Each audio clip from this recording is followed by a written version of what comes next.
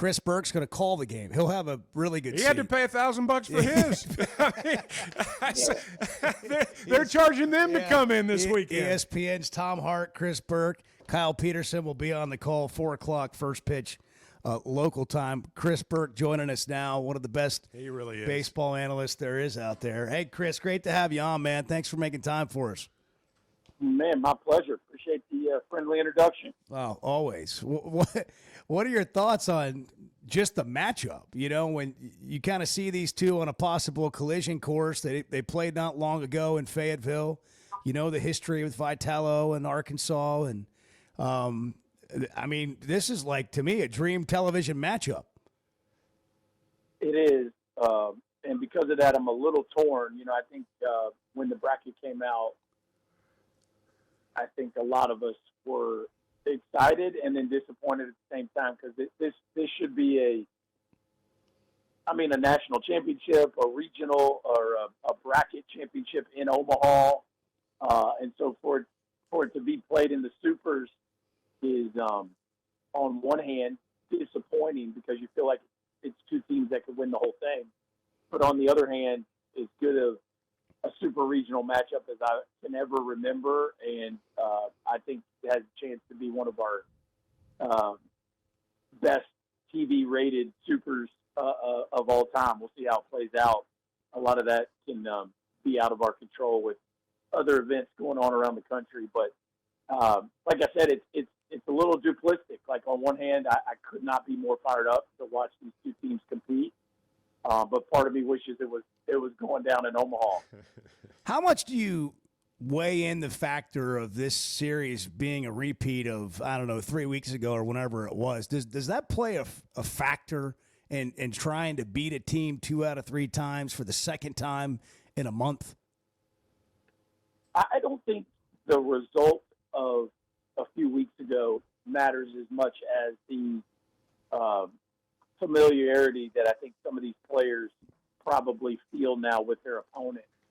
And then that lends itself to one of the best parts of the sport, which is the adjustment. You look at neither Liam Doyle nor Zach Root had much success against the other team's lineup. So how will that play out second time around?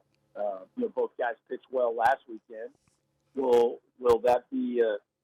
Will they carry over and we end up in some sort of pitcher's duel if those two guys go toe to toe? And then the other side is Marcus Phillips did pretty well. You guys had we watched Arvidsson. You guys probably saw Arvidsson kind of have his start for Tennessee.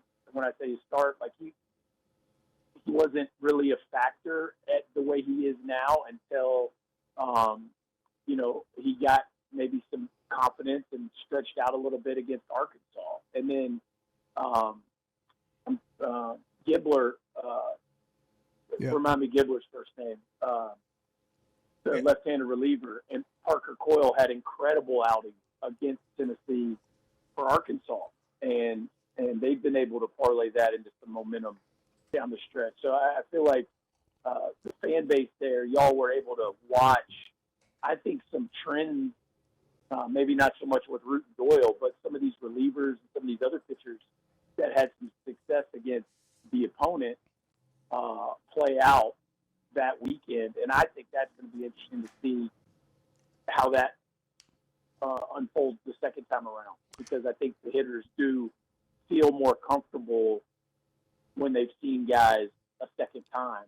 And so, I'll be interested to see when those guys come in the ballgame, because they will, if those pitchers will be as successful the second time around. Yeah, Cole Gibbler and Parker. Right. There you go. But you know what's interesting about what he's saying is both of these teams have a bunch of players who have performed all year. And it seems like in the postseason, like somebody finds it that hasn't maybe been there all year or gets such. Robinette's been a little bit like that for Arkansas, having to play first base after an injury. We talk about getting hot this time of year. What goes into getting hot? Like, how do you get hot? What's a great question. I think some of it is cyclical.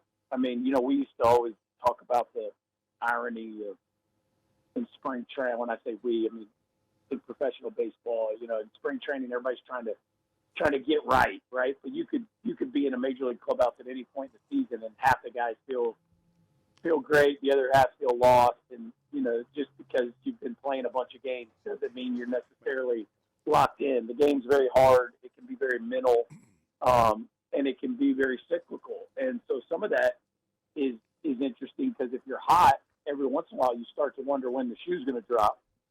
And when you're cold, sometimes you have this weird confidence of knowing, like, well, this isn't going to persist. Like, I'm fixing to get hot here at some point, So it's a silly game in that regard, and sometimes it happens to individuals. Sometimes it happens to teams.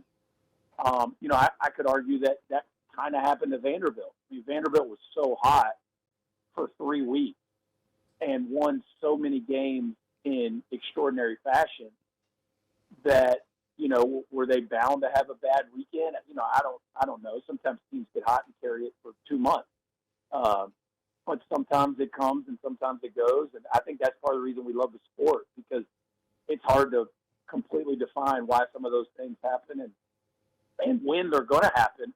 And so you catch a kid like Cole Gibbler, like, is there really any reason a freshman should be that effective and have that much poise? Not necessarily, but as soon as he gets some confidence, watch out.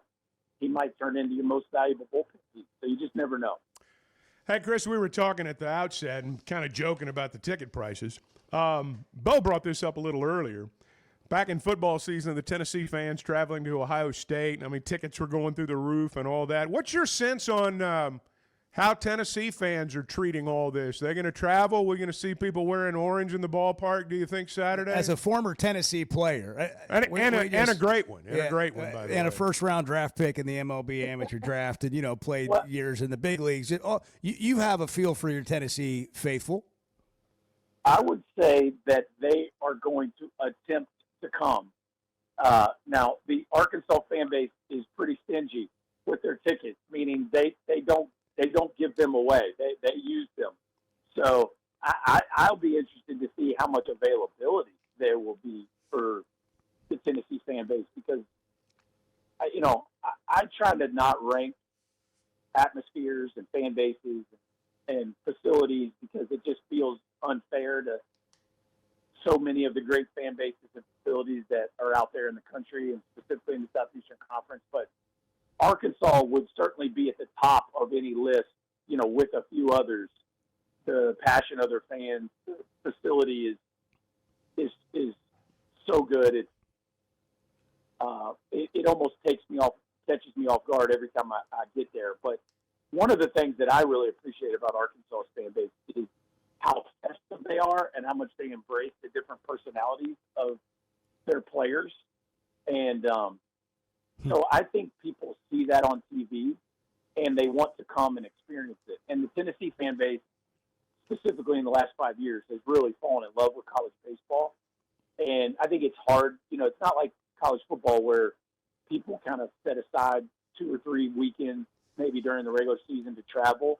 Usually there's not a ton of traveling during the regular season in baseball, but now that it's the postseason and it's the summertime and everything's on the line, like, it wouldn't shock me if a couple thousand Tennessee fans try to get in the stadium. Now, again, I don't know that there'll be good luck with that part. Yeah, good luck. Yeah, good luck with that.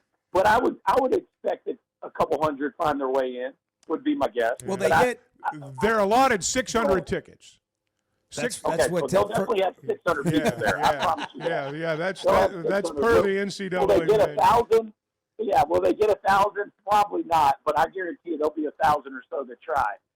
Hey, let me ask you this too. Veivi Loy, one of the finalists for the Golden Spikes. Your thoughts on him and where he may stack up in that regard?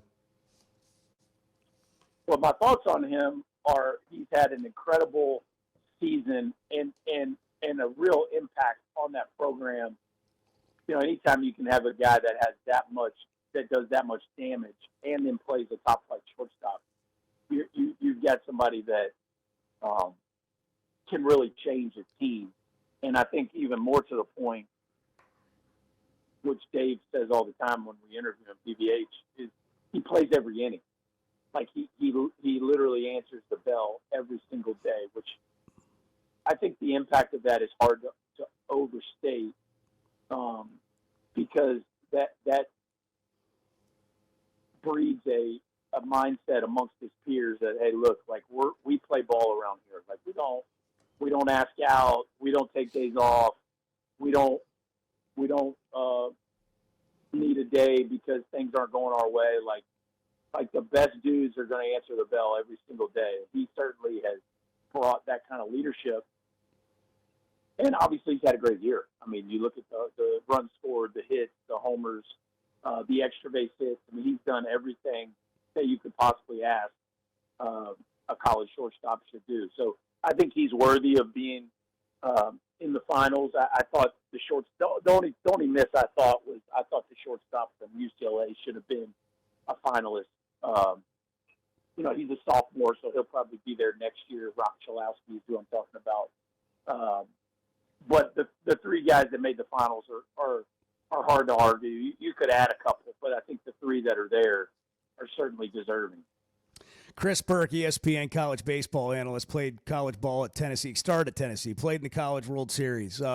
This time of year, when you look at this matchup, everybody's got pressure. It's do or die. Everybody's got the same goals. What do you think this series comes down to? Whew. It's probably a bullpen series if I had to guess. But I think both lineups are so mature and so deep that it's going to be hard. Even if Root or Wood or Phillips or Doyle pitch great, it's going to be hard to get much deeper than 6 innings. And I think both head coaches would sign up for that in a heartbeat if they could get their starters through 6. So with that, you're going to have bullpen guys really come in and perform, get out of jams, and be able to hold down 2 offenses that my guess is the ballpark's going to be playing offensive like it usually does this time of year. And so you have to deal with lineups that can both hit the ball at the ballpark 1 through 9. And that's just very difficult to do this time of year when you feel like every walk could turn into a 2-run homer. So I think whoever's bullpen performs the best will probably be the one advancing. I'd be shocked if it doesn't go 3 games. I think we got ourselves a classic. And even if it goes 2, I'd be shocked if both games aren't really, really tightly contested. So it's a privilege to be able to be in the building for a series like this. It's a privilege to be able to watch 2 programs that are such competitive forces in the sport go toe-to-toe with the game's biggest prize on the line. So it should be some serious drama, and we cannot wait to get there and cover it. Chris, thanks a bunch, man. That was great. We look forward to doing it again later. Hopefully we'll have a chance to do it after the Super Regional, and we look forward to seeing you at the game. Thank you, Chris. Okay. I appreciate you guys having me on. Absolutely, man. You're the best. Appreciate you. Chris Burke, ESPN college baseball analyst.